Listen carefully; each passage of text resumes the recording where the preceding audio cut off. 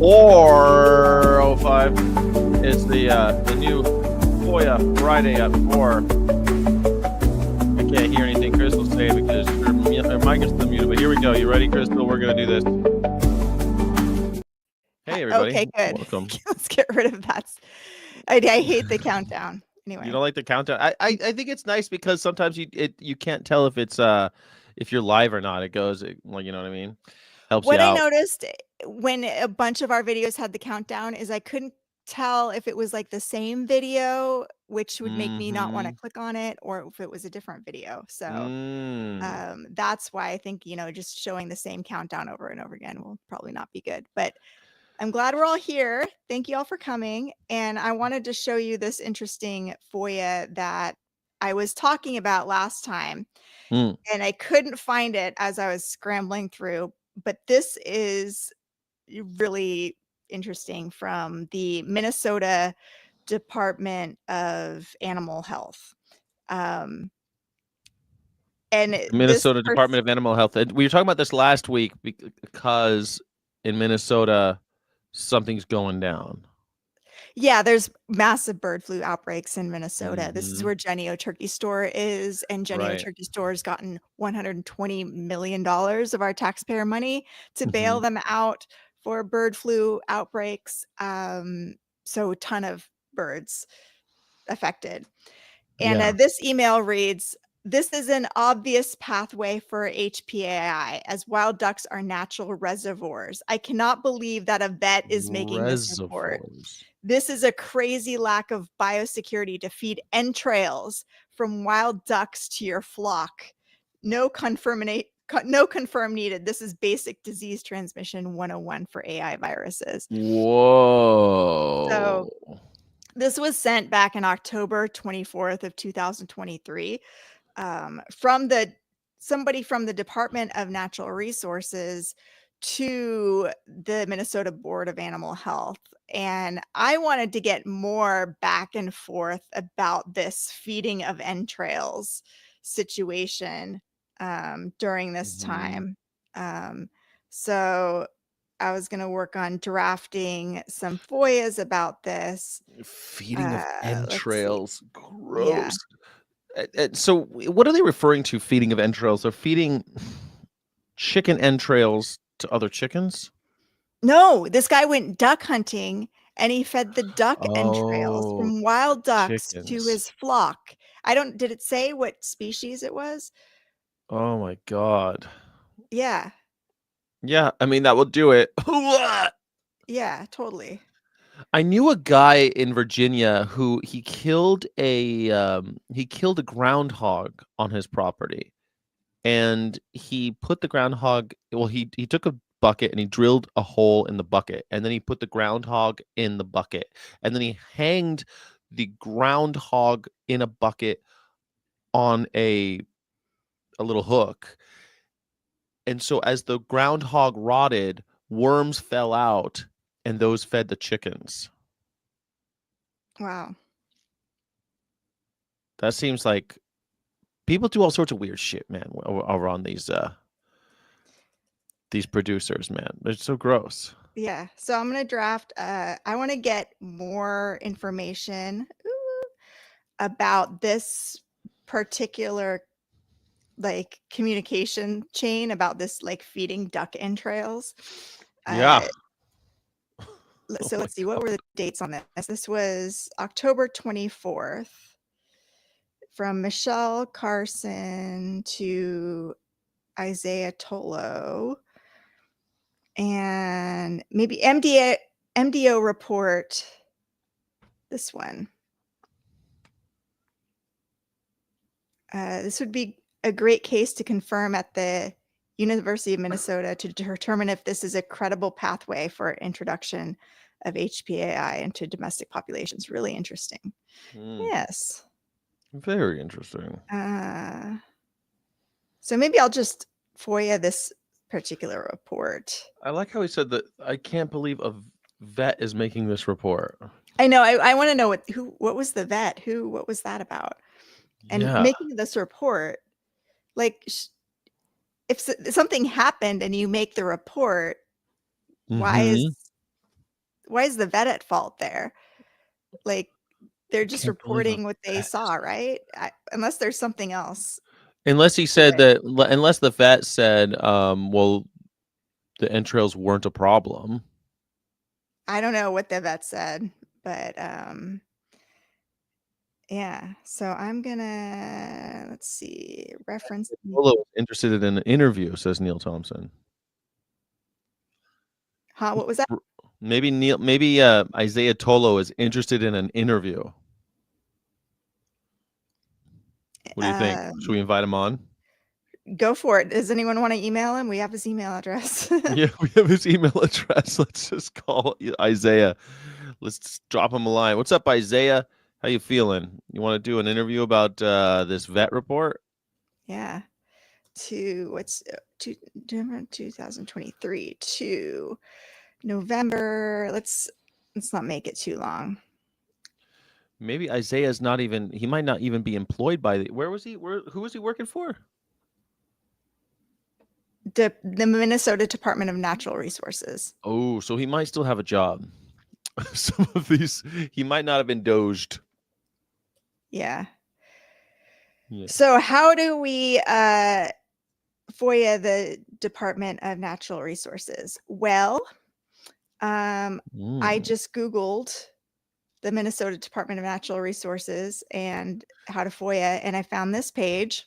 Ooh. So you have to fill out this data request form, which is really annoying and old school, and email it as an attachment to this email address. That's not so bad. With Adobe Acrobat, we could do anything. Well, yeah, or like Apple Preview. Can Apple Preview edit PDFs? Yes. Oh. So I'm going to do that. And this is the language I'm going to use.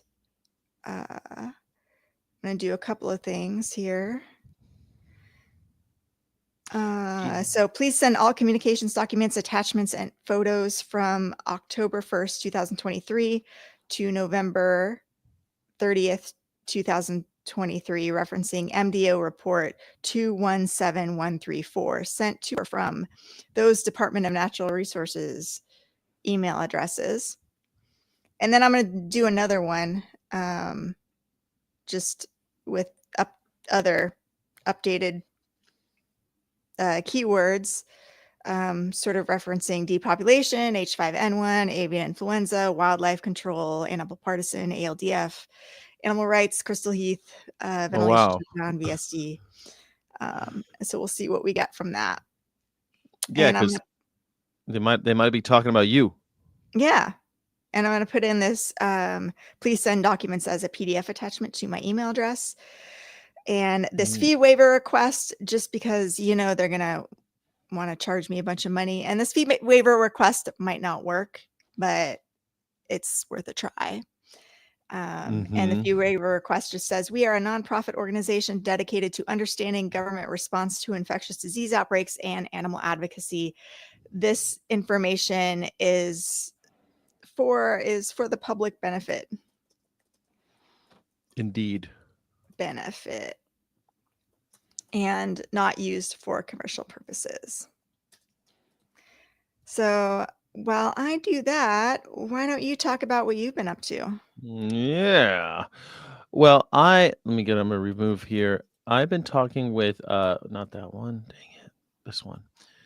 I've been talking with ChatGPT about, because I guess a lot of people probably already know that Smithfield Farms, which is the producer of pork, well, they're pig flesh producers that produce 1 out of 4 bites of bacon. So 25% of all pork produced in the United States and consumed in the United States is owned by Smithfield, which is owned by WH Holding, which is a Chinese company. It was a big deal back in 2014, I think, is when the deal passed through. It was partly because they didn't want. There was outcry in the public because a lot of people were afraid that the Chinese government owning our food supply is probably not a great idea. Up until then, foreign governments did not own our food supply. I think there's one Brazilian company that also has its hooks in us, but it's funny because it's not like Brazil has always been a friendly country either. Brazil has not always been our ally. The Chinese is not really an ally either. They're pretty firmly an adversary, and yet they own 25% of the pigs in America. So 25% of the pigs in America. Wow. It's huge, right? It's the biggest one. The other ones are ones that like Hormel and Tyson, and I looked up all the other ones too because I wanted to know more. Let me see. Tyson is number one. After that, JBS USA, Swift Pork. You know about Swift Pork? That's Brazilian owned. That's Brazil. Number 3 producer in America is Brazil. Number 4 is Hormel. Number 5 is Seaboard Foods, and number 5 is Clemens Food Group in Hatfield, Pennsylvania. So it is kind of interesting to me. I've been to Tyson in Arkansas. It's insane to me that it's there, and yeah, I think it's pretty nuts. Anyway, what I thought would be interesting is that I wanted to FOIA more. I'd like to submit FOIA requests into agencies who are answerable to those people, answerable to the people, to find out more about what was happening behind the scenes during this, because there was a public outcry. The sale was it was funny. It was Shanghui International Holdings, and they changed it to WH Group, which I think is interesting because WH. What is WH? Shanghui WH Group, White House Group. Is that what? Whitewashed Group. It's weird that they did that. It says maybe it's the name of the people. Like it's not listed anywhere what WH stands for. What does WH Group stand for? Let's find out real fast. WH Wanshu. It's one word. Wanshu. Wanshu, connoting eternity and continents, respectively, as the company's name is derived from these initials. Wanshu Holdings, WH Group. Interesting. All right. So anyway, I thought it'd be interesting to find out what was going on in so we can kind of compare it. Now, it's been 10 years. 2013 was when they bought it for $4.7 billion. It was the largest. $7 billion. Yeah, it was the largest Chinese takeover in U.S. history at the time. Wow. How much did Elon buy Twitter for again? $44 billion. Wow. Yeah. Imagine if he bought Smithfield and then just like closed it down. Like imagine if you were a billionaire and you decided to buy one of these pork producers and just like ended it. Like put them all in sanctuaries and just bought them and shuttered them. Yeah. And billionaires aren't above that. They do that all the time. Google has done it to their competitors. They buy their competitors and then take the experts that they want to hire, and then they just close the company. Yeah. Yeah. I mean, why not? If a billionaire, $4.7 billion 10 years ago, still quite a bit of money. The largest Chinese takeover in U.S. history. Up at that point, who knows? I guess they're going to make their money back when they sell Twitter back to an American company. So there was significant public outcry in 2013, and they stemmed from several key issues: food security and safety concerns. Many Americans worried that Chinese ownership of the largest U.S. pork producer could compromise food safety and quality, because China had a history of food safety scandals, and critics feared this could impact U.S. food production.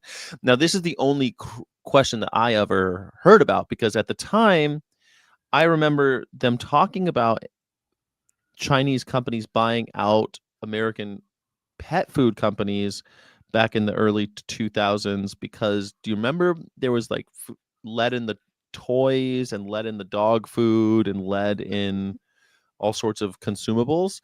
Yeah. Yeah, and then I found out there's this thing called clenbuterol. Clenbuterol. Clenbuterol. Yeah. You know what it is. What is it?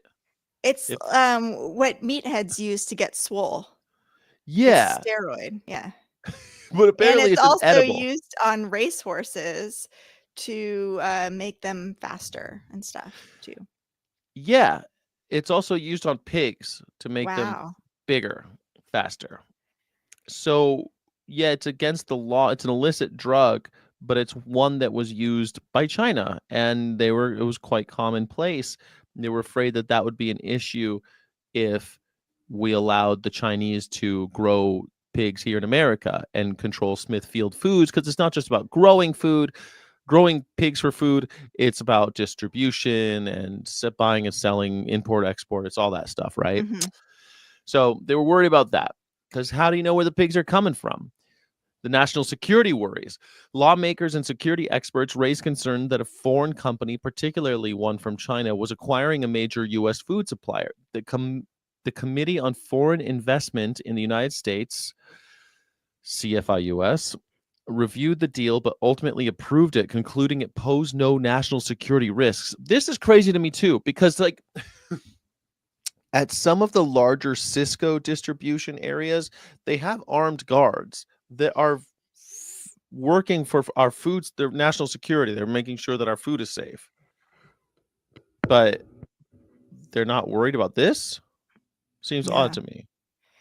I just wanna send an update. I, just Yes. emailed out my FOIA request, filled out my PDF form and everything, so I got 2 FOIAs done just in FOIAs. the Heck last yeah. 15 minutes. We're all good to go. So how Uh, many FOIAs have you done today? Hmm? how many FOIAs have you done today? Well, I'm Yeah, working on one. yeah. I Yeah, I'm asking the chat too. How many the chat, FOIAs how are many you FOIAs have doing? you done today? We got to get some information. Clenbuterol. You know about clenbuterol, Ben? Actually, so if we know it's given to pigs, that would be a good, term to FOIA the USDA, the pork board. See how much they're talking about clenbuterol. Ooh, that would be Let's kind of an do it. interesting one. Clenbuterol. See if they've been talking Kinda about it at all. The reason why it came up was because I was watching old news reports about the sale of Smithfield. yeah. And they were talking about how Chinese have been caught using clenbuterol and in pigs. So, and they were afraid, well, why are we going through with this and allowing them to control Smithfield if this is permissible? Also, it bothers me, Crystal, that like you see people protesting Smithfield, but do the Chinese care? If what can we do? Do we It's I don't know. I'm all messed up because I'm thinking about the pork board and the checkoffs, and that money, the subsidies and the indemnity payments, all that stuff that goes to pork producers. 25% of it's going to, like, ostensibly or theoretically or whatever, or is going to the Chinese government. Mhm. Yeah. What the f- Yeah, when you buying pork, or even if you don't, your taxpayer dollars are going to help support the Chinese pork industry. Yes, like, It's, how could that make sense? People think that their taxes are going towards farmers in America to help them get through hard times or something. yeah, it's But it's not ridiculous. but it's going to the Chinese government? Mhm. I wanna know about the indemnity payments to Smithfield. How many times have they been bailed out? You know what I mean? I'm Yeah. sure that there's a Or way we of can look finding it up, that one though. usaspending.gov. Yeah, Um, I'm gonna try that out. I'm gonna look up it yeah. usaspending.gov. I've dug around that one before. USA Spending Smithfield. I wanna know how much Smithfield has gotten in the last 10 years, since 2013. How much money have they gotten? I'd love to know that. Yeah. Um, if USDA has given any money to a Chinese government, like even a penny, it makes no sense to me. While we're talking, and it's something that might resonate since we're talking all the time about Doge and uh, you know, e- efficiency and waste, fraud, and abuse. This is waste, fraud, and abuse. We're cutting out U.S. aid in Africa for kids to prevent kids from getting HIV, and we're like, no, that's not money well spent. We want to give more money to the Chinese government to No, and because the Gas chamber pigs. philosophy is the Department of Government Efficiency, but that begs the question, like, efficiency in terms of what? And, Mhm. efficiency related to what are you asking for? But according to Doge, it's the idea that corporations can do things much better than the government Mhm. can. And I think Mhm. there's this, like, how do we maximize profits? And if we give taxpayer dollars to corporations, that could be viewed by Doge as a good investment if they can maximize their production efficiency and profits. So it's all Right. about, like, cutting these jobs of government workers, and I think they still view giving taxpayer money to corporations as the best use of money, which it is not actually. Absolutely not, because it disenfranchises workers. It make it the worker now has an unreliable job versus a very stable job. It's completely just anathema to, I think, the way government should work. But that's a whole other discussion. I mean, the government is there to serve the people, so a little bit of inefficiency is to be expected, because it's not there to make a profit. It's not there to make a profit. It's there to serve the people. The goal is just completely different. Um, the name of efficiency is what gives us gas chambers. That's how we got the gas chamber. Um, and Smithfield Foods is where we get it. What does FOIA stand for? FOIA stands for Freedom of Information Act. Yeah, like, you might have to lose your vegan card if you don't know what FOIA is, like, at this point.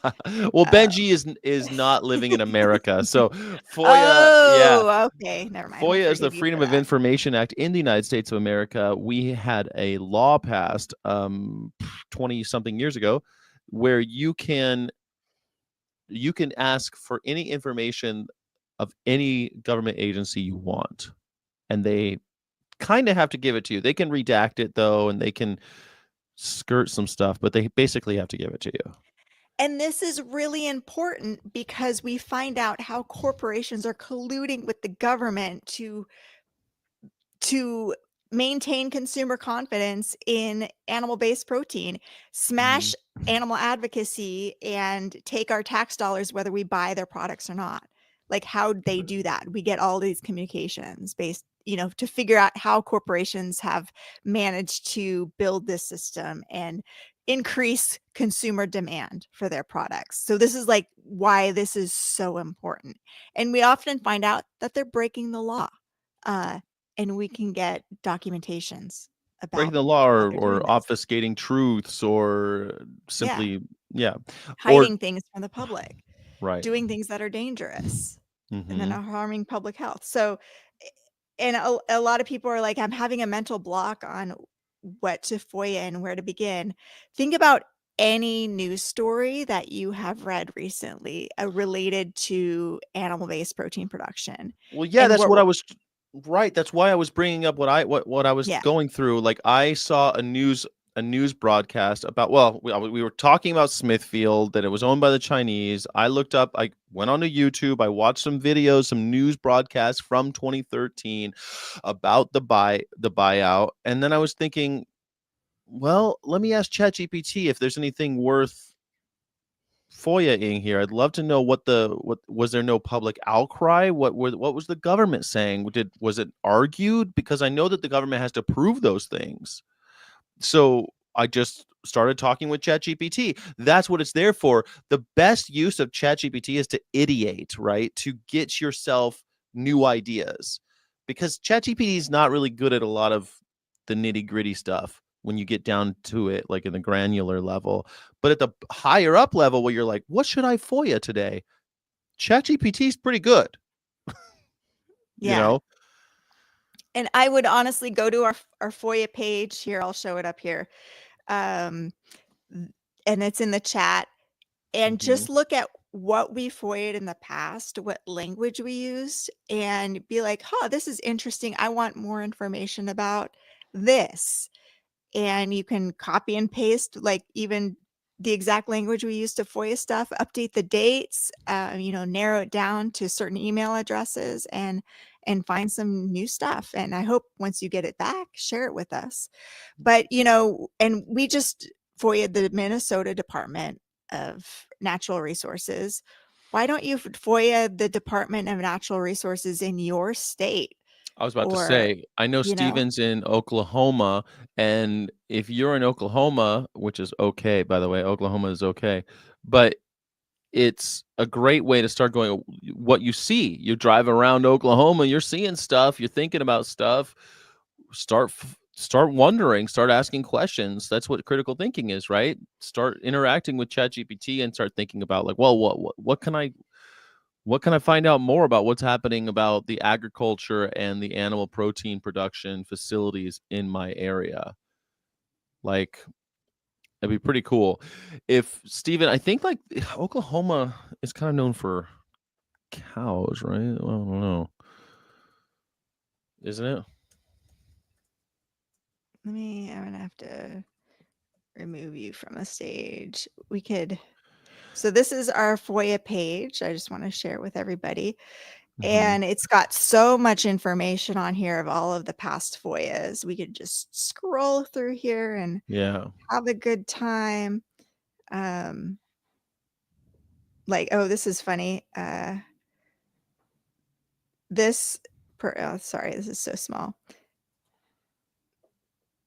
This, the leader of the American Association of Swine Vets was mad about my anti-VSD activity that occurred at the AVMA meeting last week. And there was an op-ed that was published too, and this is the flyer that we had. So they even scanned in the flyer that were passing out there. So I thought that was pretty funny. I love it. I love it when we get their panties in a bundle. Yeah, that's a good one. But Steven, if you're having a hard time coming up with ideas to FOIA, I mean, Oklahoma it says that beef cattle is the most prominent animal agricultural product of Oklahoma. I would just be like, hey, I want to find some interesting stuff out. Who should I FOIA? What should I ask? Do your first one. Pop that cherry, baby. Do your first FOIA. Yeah. And then the other ones become easier. But it's also an attempt to ban vegan meats being called non-vegan names. Oh, that's a good thing too. Oklahoma is also known for being part of the attempt to ban vegan meats being called non-vegan names. Fantastic. Try to find out what date that stuff was happening, and then where you should FOIA. Then try to FOIA what kind of, you can get their emails about that. I bet you the governor has emails about that, and you could probably get him, because those emails probably interacted with a state agency. Yeah. Trying to see what was like one of the interesting ones that I had gotten recently. Let's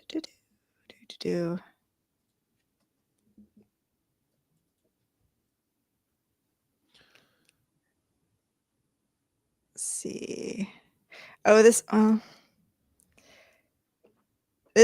one, Gail Golab of the AVMA was talking smack about our friend Jeff Hill of the. You saw his talk at BMX. A member of the Animal Welfare Division staff had an opportunity to listen to the USDA webinar on considerations for depopulation of livestock, given by Jeff Hill. During the webinar, I'm told Jeff Hill commented that it was probably best to not have veterinarians involved in depopulation because we are uncomfortable with the depopulation process, especially if for economic reasons. Obviously, this isn't consistent with how we have approached depopulation, because they need veterinarians, the professionals, to maintain consumer confidence in it. We need to be able to tell the public that veterinarians are considering the welfare of animals first and foremost. But when it's done for economic reasons, we also need to be able to say that to quell public outrage. And veterinarians need to be involved in related decision making. This helps ensure appropriate methods are used for that situation. The welfare of the animals involved is protected. Appropriate biosecurity precautions are taken, blah, blah, blah. What do Our you think guidance. would happen, Crystal, if they just stopped using veterinarians? I would hope that if they stopped using veterinarians would speak up and be like, look at what they're Yeah. doing. That's wrong. Like, it's outrageous that we've created a food system that is dependent on the mass extermination of animals using methods that are not considered euthanasia or slaughter. They're more cruel than that. And they need to be methods that are just the most efficient. Like, we've created a system where depopulation is a thing, where producers are no longer responsible for ensuring their animals have a quick and painless death. We have to Yeah. resort to depopulation methods that are not always a quick and painless death. And that's outrageous. I would hope that veterinarians would say that. I hope that now veterinarians would say that. Like, this is outrageous that we've created a food system that is dependent on this. But most vets don't even know about it. So Yeah, it's pretty. which is a challenge, right? But if the industry, like if the chicken industry just said, we're just not going to use vets for depopulation anymore, do you think that the vets would say something? Would there be a stink? I would hope so. Yeah. But that's always like been the implication too. It's like, if we don't play ball with the protein producers, they're just gonna kick us out of the conversation altogether. And it's like, we should not even be worried about that. Like, we should be we hold all the cards. Why we don't have to play ball with them? They should be following what we're asking for, or else that we're gonna get the law on our side and You don't hold, have the cards, okay? You don't make have the them. cards. I know. We pretend that we don't have the cards, but we are the experts. We are the authorities here. Yeah, but It's in a outrageous. world, I don't know, man. In a world where public trust has eroded in any kind of industry or institution, what does it mean if, like, I don't know that the public would care. I think that they could keep it from the public. Would they even know? Like, most of the public don't even know what depopulation. Most of the vets don't know what depopulation is. It was because we need to do a better job of talking to the press and getting press releases out there. I just sent a bunch of press releases out today, so we'll see if we get anything back. But are you sending out press releases? Are you guys sending out letters to the editor and letting the public know about this? Like, what have you done today to raise awareness about this? You know, like, let's all work together and get this message out there and change the narrative from, why is cost of eggs so high? Like, Cost of that eggs should are pretty high. outrage you. Cost of eggs sure are high these days. I mean, and what about Connecticut? Connecticut, mostly dairy, poultry, and aquaculture. Notable production of milk, eggs, and shellfish. And niche markets, livestock like horses, goats, and camelids. Camelids. What's a camelid? Like a alpaca, llama, camel. Those are all camelids? Interesting. Here are, yeah, okay. So yes, Connecticut definitely has a ton of dairy farms, aquaculture, and poultry. Lots of chicken farms in Connecticut. Thanks for asking. But you could easily, if you're in Connecticut, you want to write a FOIA. Ah, man, if I was in Connecticut, what would I FOIA? I would love to eventually FOIA things like border patrol stuff, like, because they are cracking down at the border, and I know a lot of flesh passes over that Canadian border. Has it changed anything? Have they caught more infected flesh? Have they caught more gross stuff? Or does that stuff still fly over the border? I don't think so. I'm guessing they're doing a lot. Informationsfreiheit. This email is so funny. This is Harry Snelson of the AASV to Michael Costin of the AVMA, Gail Golub of the AVMA, Sia Johnson of the AVMA, Dr. Janet Donlin, CEO of the AVMA, Fred Gingrich of the American Association of Bovine Practitioners, Angela Basinger of Merck. And it says, I just want to let you know that I have seen the AVMA COVID webpage and appreciate your efforts to post this information, and specifically for the link to the AASV depopulation resources. This is a very trying time for our swine veterinarians and farmers. None of us like the prospect of euthanizing animals or depopulating herds, and particularly given our current situation. The disposal of perfectly good meat, milk, and eggs is a tragedy. What about the suffering of animals is a tragedy? They don't care about that. The needless killing of animals. No, the disposal of perfectly good meat, milk, and eggs is a tragedy. As you know, the situation is a result of challenges related to processing facility capacity. Food, animal, veterinarians, and farmers continue to carry out their responsibilities to ensure the health and well-being of the animals we care for. We are exploring all options to avoid having to euthanize animals unnecessarily. Now, we know this isn't euthanasia. This No, is it's not euthanasia. depopulation. But who's talking in this? This is Dr. Harry Snelson, who heads the American Association of Swine Veterinarians. So he knows that it's not euthanasia. Yeah, they commonly use this word when they're talking about depopulation to like make it sound better. And he's like just practicing his he's quelling outrage in this language. Tragically, however, alternative options are not always available, and the decision to humanely depopulate animals must be made. Now, was this humane depopulation? No, they used ventilation shutdown on some of these pigs. As this issue with decreased processing facility capacity continues, the backlog of swine is only going to increase, thus forcing farmers to depopulate increasing numbers of swine. AASV, along with our pork industry partners, is working diligently with state and federal animal health officials, packing plants, legislators, and federal officials to resolve the processing facility issues and allow these plants to reopen at full capacity in a manner that promotes the health and safety of plant employees. In addition to the tragedy associated with the disposal of these animals, ASV is also concerned about the mental well-being of our veterinarians and farmers. It's interesting. There's always a mental part, right? They bring that up a lot. The mental issues facing farmers, that the morale is low.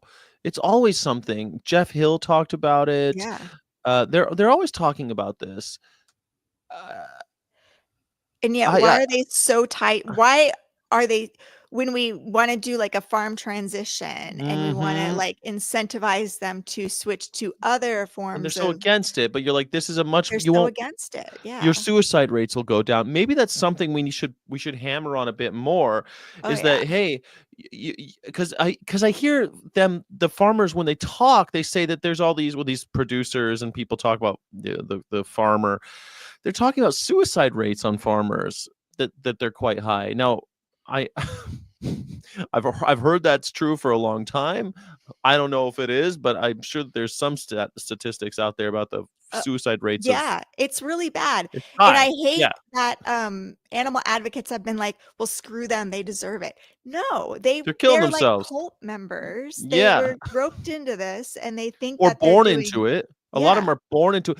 I knew, so I've got a lot of experience with farmers, and I had a really close relationship with some farmers that had 300 head of cattle and beef cows. And the boy, he went to school for animal agriculture. He went to school for animal agriculture, got a degree from VTech of animal agriculture.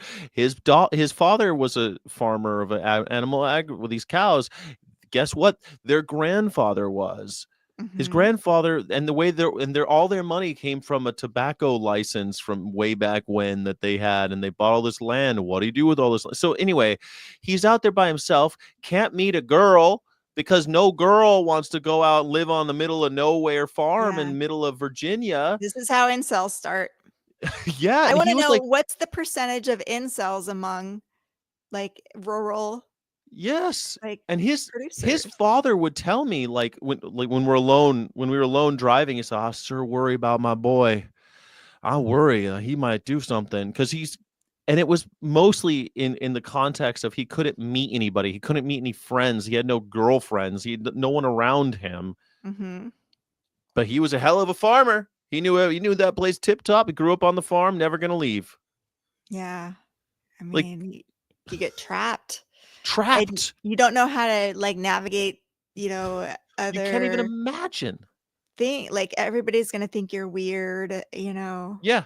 and that's And how, like, there's this pride of, like, they wear their outfits, their, like, Wrangler jeans, their cowboy hats, their mhm. boots, like, very different outfit, because Mhm. it's like this us versus them thing. It's like we are the rural culture, like, there's pride they pride in that, Yeah. because they feel like such outsiders, so they have to, like, they just, get more entrenched in that outsider feeling. I mean, I Totally think of got them their own kinda like uniforms.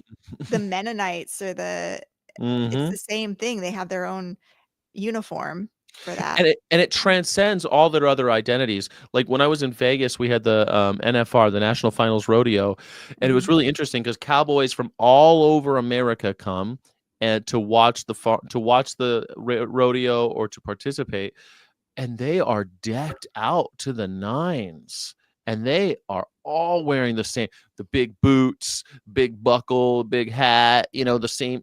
They are, and it doesn't matter, the American Indian cowboy, the Mexican cowboy, the black cowboy, the white cowboy, they are in a cult together. It's transcending their racial identity. mhm. It's remarkable. Like, Yeah. they're cowboys first. I look at this document, this Food Protection Defense Institute.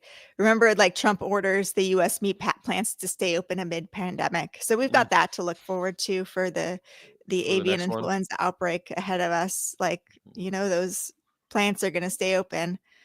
Um, Well, you know who will be working in them, right? y- uh, well, are we deporting people or not? I We're don't putting them know. in concentration camps. We're not actually deporting them. We're rendering them at the Oh, moment. Like, people are saying that we're rendering, sorry, that we're deporting all of those all the people down in San Salvador. They weren't deported. They were rendered. It was rendition. So, what I does mean, rendition mean? it's the same thing as when you render a cow, right? You're taking it and putting it you're putting them, I shouldn't say it. You're taking them and you're putting them on a truck to be used in some other way, but you're not Oh, actually a deportation would be I take you and I send you home. hmm. We are not sending them home. We're rendering them to a different facility of prison. Like, these people were already in jail or had been picked up and put into some kind of holding before. They were under control. They didn't pick them up off. Some of them had been recently picked up off the street, but all of them had been in facilities, and then we rendered them to other facilities outside the country, either to Guantanamo Bay or to Panama Interesting. or to El Salvador. Lawsuits from workforce and meat processing facilities. Lawsuit: Smithfield plant forced workers to crowd together as COVID-19 spread in its other plants. Smithfield Foods employees sues over working conditions amid coronavirus crisis. So Hmm. yeah, this is what the Chinese companies are doing to us. I also saw the headline of a New York Times article. I didn't actually read it, but it was of uh, some police officer was having the prisoners work on his family farm or Yeah, something like that. Yeah, I don't know if you saw but that's that. common. It's commonplace. There's a loophole in the 13th Amendment that if you are imprisoned, you are subject to slavery. There's Slavery is illegal in America unless you're a prisoner, and this is why I think that the people that they're being round up by ICE, I think that's who's going to work in these slaughterhouses. That's who's going to work in these places when there's a national emergency or not. Just when they need someone to do it for cheap. Yeah. This is this oops. Hold on. Where is it? Yeah, Dominion movement says I think some parole, probationary, and early release is contingent upon working and something like that. Yeah, a lot of that, but sometimes it's just their enrichment. I mean, that's what they're locked in a box all day. Hey, we're gonna pay you 50 cents a day to go out there and get on a bus and leave and slice up animals all day. Mm-hmm. You would do it. Shit, I'd probably do it. Being locked in a cage all day long. Yeah, I don't know. This is funny. Like the pork people talking shit about APHIS, talking about APHIS's veterinary stockpile. I guess it's highly insufficient. They got like 9 captive bolt guns. Ugh. This is going to be interesting webinar. I think I will sit on this and potentially ask how what mechanism can be used to update the true needs for such a stockpile, especially in the depopulation sphere. Anyway, just wanted to share this announcement. And this is what I love about these FOIAs is you have these all of these emails that you get. Yeah.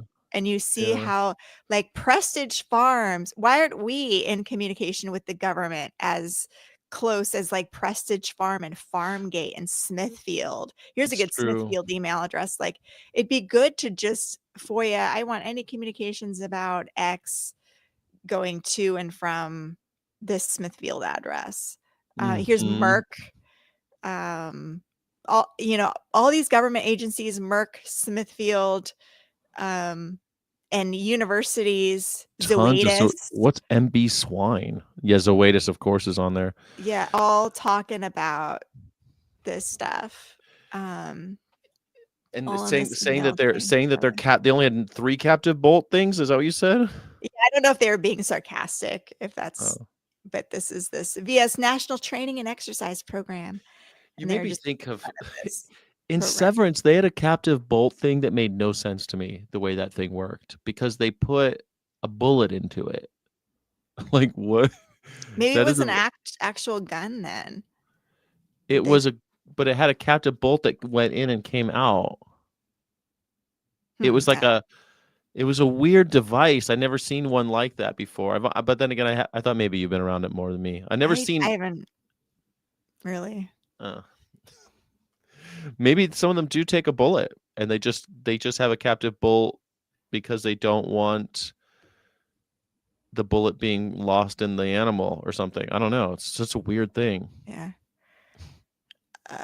I'll throw the first grenade, right person. It's really hard to make this sound APHIS VS objective, not an indictment of individuals. Has some long-term, has leadership to carry through that with that vision. Not all the stuff I'm working on attitude.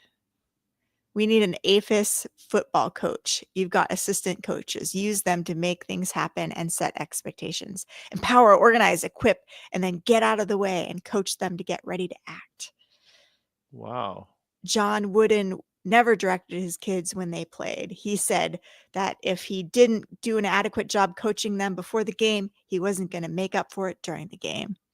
They know what to do and don't have to be told again. Where's John Wooden? That's so funny. Where's that? Because that leadership and ability to carry through means that there will be a DoD approach to animal health.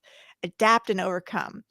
What will be needed in an emergency and how do we make sure that that's available? Not let me know what you need and I'll see if I can get it. Case in point, this is like a word salad, honestly. The non-existent national veterinary stockpile, the most glaring deficiency has been the lack of real APHIS preparation for an animal health emergency. I don't see any other way to say that. And this is, keep in mind, these are industry folks mad the government isn't handling a situation for them.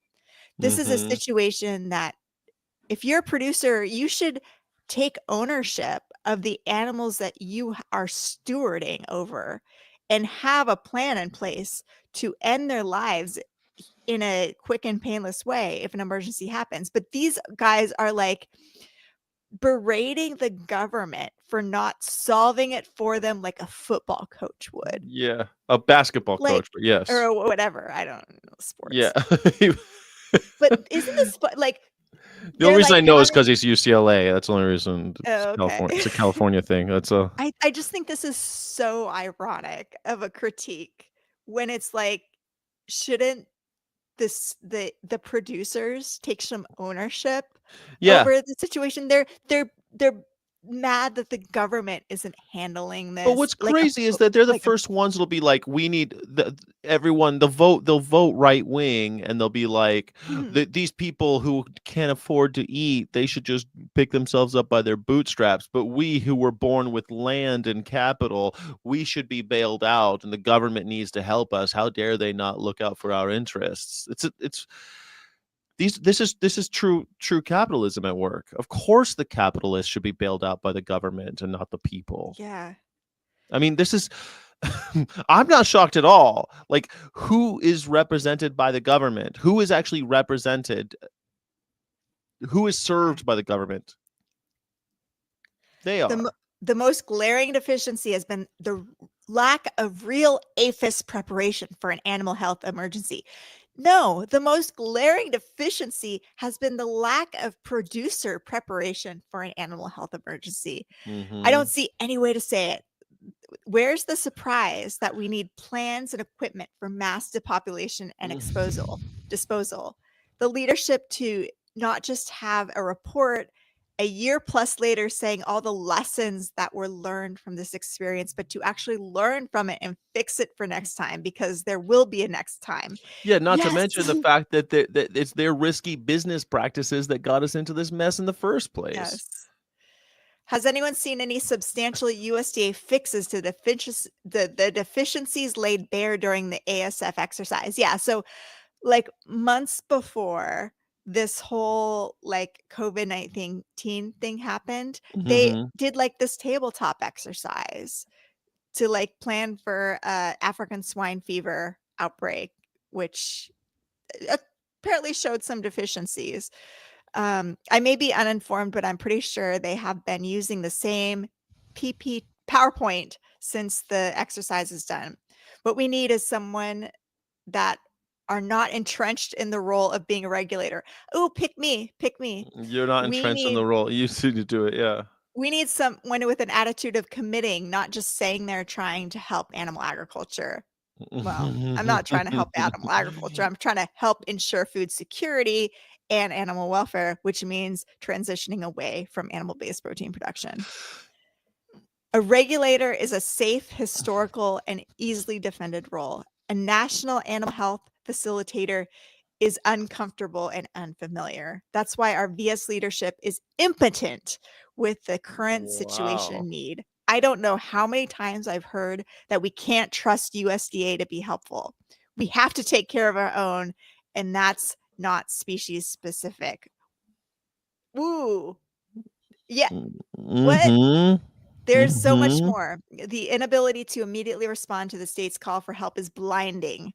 All I've got to do, I called a few states yesterday, and all the stuff I keep doing, they are not a unifying or leading agency. Even with a lack of resources, there doesn't need to be a lack of vision. What I heard on SAHO call today, we can't be satisfied with stagnation. We have to act now.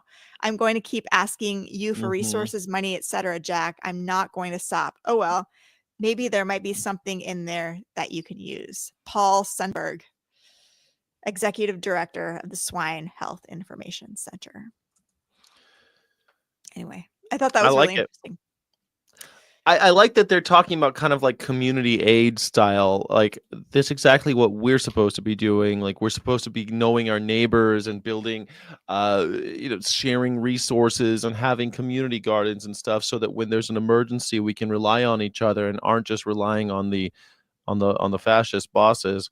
That's what they're talking about. Isn't that funny? That's exactly the same tactic. I don't Yeah, know. It's weird to me. We don't have much more time, but I kind yeah. of wanted to go over a little bit of like the different tactics that chat gave me about. Okay, yeah, do it.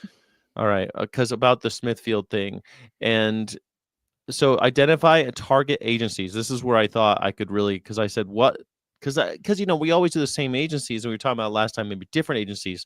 So you want to submit FOIA requests to these agencies that reviewed, monitored, and had discussions about the Smithfield sale and foreign ownership of U.S. agriculture. Federal The Trade committee, Commission, I thought, yeah, so Committee on Foreign SEC. Investment in the United States So I never heard about them before the U.S. Steel Yeah. thing last year. That was the first time I ever heard of them was last year. The U.S. Department of Treasury, because they reviewed and approved the Smithfield sale. They said we Interesting. request any internal memos, correspondence, or reports analyzing the national security implications of the sale. Kind of interesting that it's a Yeah. national security issue. The USDA, we already know that one, so I'm going to skip it. The U.S. Securities and Exchange Commission, they reviewed the financial filings and regulatory compliance during the acquisition. We should get records related to the WH Group's acquisition of Smithfield and investor concerns and any market impact analysis. Because they would have Yeah. done a ton of that. I think that'd be great. They probably have a bunch of graphs and figures and shit. Yeah. The FTC, the Federal Trade Commission, evaluates mergers for antitrust issues. They definitely have memos and reports assessing whether the sale reduced competition in the United States pork market. And that's something we talk about all the time because there are fewer and fewer farms, fewer and fewer companies running those farms, those production facilities, and more animals on each of them, which is definitely an animal welfare issue, but it's also anti-competition, which is something that America is supposed to be fighting for, is competition, right? That's how capitalism is supposed to work, but it isn't serving us, and it's not serving the animals, obviously.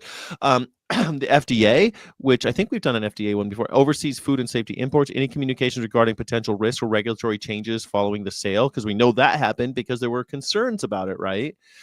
Homeland Security might have assessed foreign ownership as a security risk.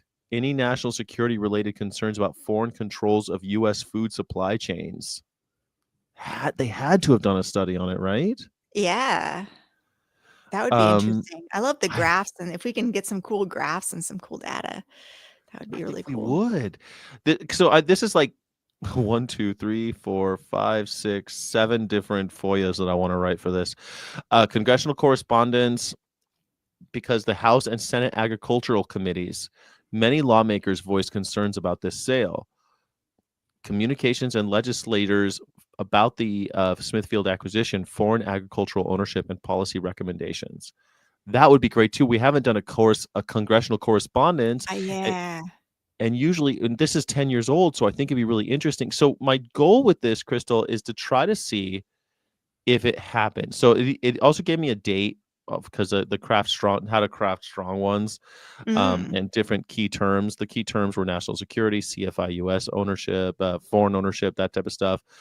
It asked for these are some pointers that it gave me, but get the dates as well. But my goal is, since it was December 2014 is when it actually happened, January 2012 is when it started to happen. So it's 2 years worth of documents. But my goal would be to grab it and see if I can, how much of it came true, because they had concerns. What happened? What has happened in the last 10 years with Smithfield? To me, it's a horror show because 10 years ago, wait, sorry, it wasn't just 10 years ago.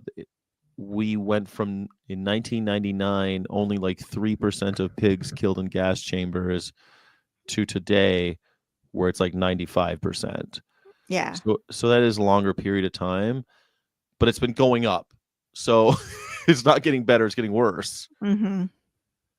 I wonder, I don't know, I'd love to see like what they were worried about and what actually happened. Yeah. I think this is great. This is a lot of fodder for some interesting requests, and I think a lot of media might be interested in this too. So it might be fun, right? Because then we can make, because what I'm thinking, because I'm just spitballing here still. It's just like the nation. So any kind of, if I'm crazy, just tell me. I'm not going to take it personal. I love So it. what I'm thinking is, if we could tie this to the gas chamber, that's what I want to do. I want to get more and more of this, like Smithfield did this whole, we told you, like, what if it was, I don't know, a congressperson who's super conservative? What if it's Lindsey Graham, right? Let's just pick a conservative out of a hat. It's Lindsey Graham, who was around 10 years ago, probably made a statement about it. And I'm guessing because he's a China hater, it was a negative one. So if he's on the record, if I have a FOIA email from Lindsey friggin' Graham saying these China people, they're going to do this horrible thing to the pigs or whatever, who knows? Well, who knows what he Yeah. said? And then I could say, yeah, Lindsey, he did. They did. And I want you to watch this undercover footage of the gas chamber and tell me what you think. What could that do? Maybe it's. Yeah. Well, I think people don't care about animal suffering, especially Lindsey Graham. But you never know. Well, then why are we trying to get people to watch the footage? I think some people care. And Okay, I that's think all that matters. veterinarians who we went to vet school because we care about animals, we Yeah. care. And we were told a lie that Yeah. these animals are just anesthetized in the gas chambers. And Mhm. we are showing veterinarians that's not true. They're not just anesthetized, like Temple Grandin says in her video.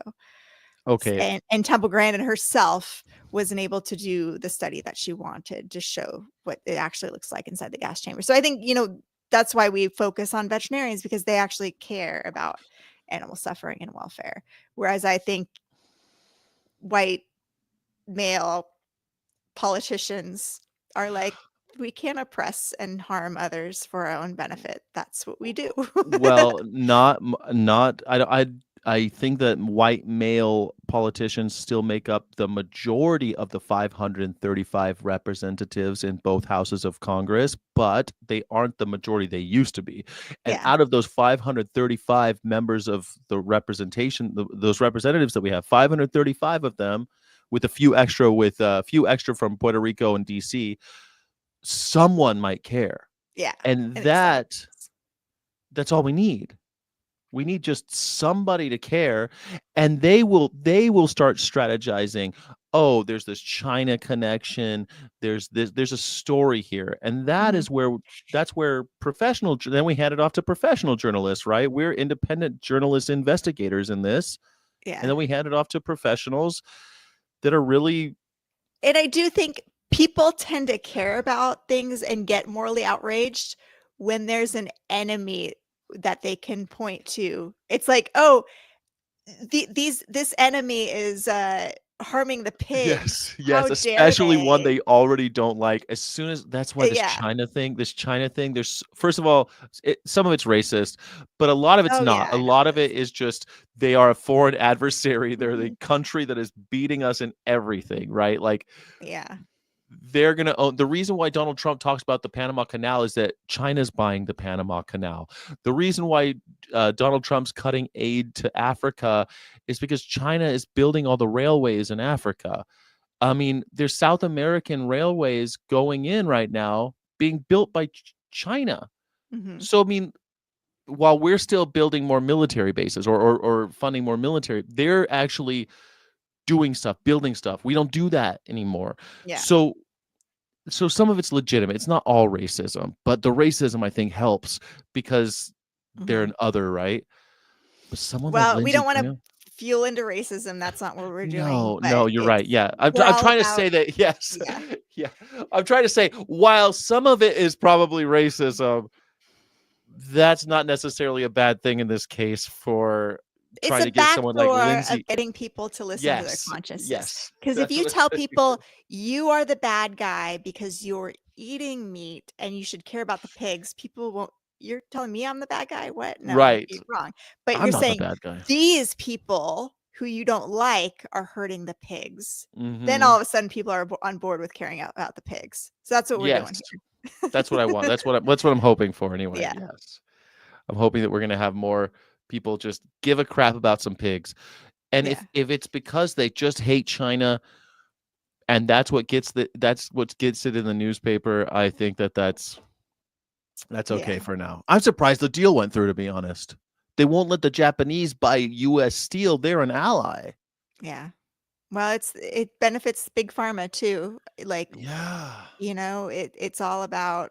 I bet you that stuff, like the real reason why it was approved, I bet you is in the FOIA. I bet we would find out the real reason, because why would they approve something like this? All my life I've heard how much work goes into keeping our food security in America, how powerful we are because we grow all our own shit. We don't need the rest of the world.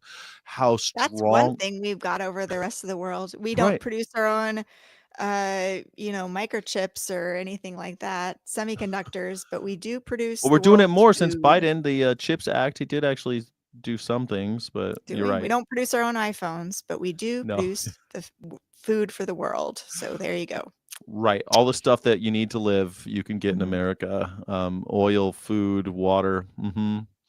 We do manufacture chips still here, and not like we should, but we also have stockpiles now, and that's because of Toyota, by the way. So it's like, the fact that America has a stockpile now of semiconductors is mostly Oh, because of wow. Toyota. So yeah, because they had different, they kind of invented this just in time. Everyone knows at this point because of but just in time Mhm.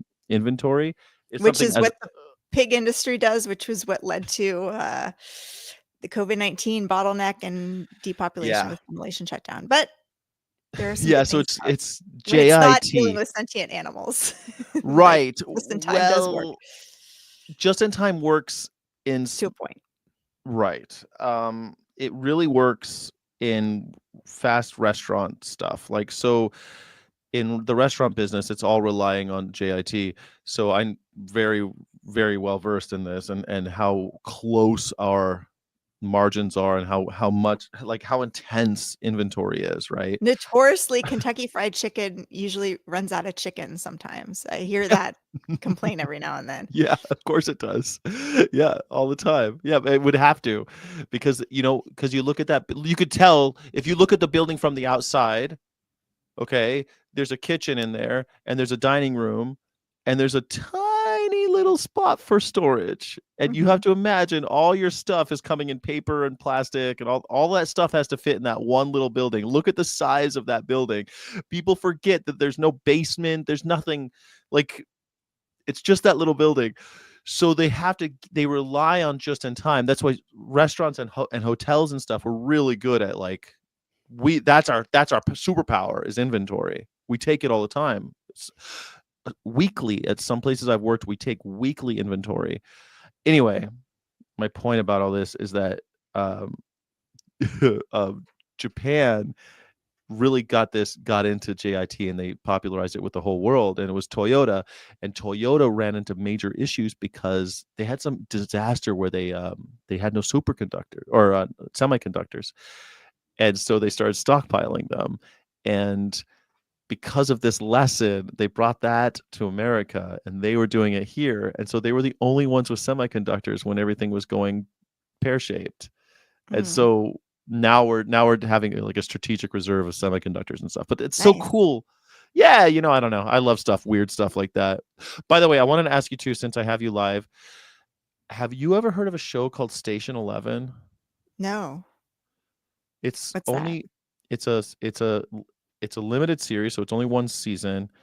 Um, it's, I think, right up your alley. It is one of the Station 11. it's on Max, which I think you have, right? It's on HBO Max.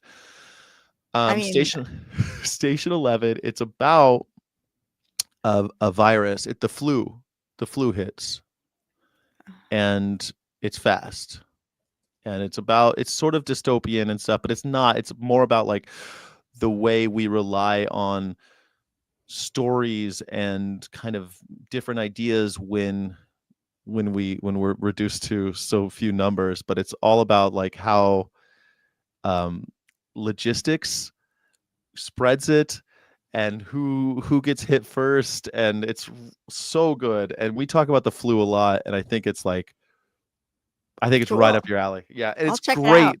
It's wonderful. It's one of the greatest shows. I would watch it Wow. again. Now there's Yeah, a hole in my life because of I Severance, know. so I was I thinking guess about you. I I was have to like, fill my hole with something. it's no, don't say that. We're gonna get canceled.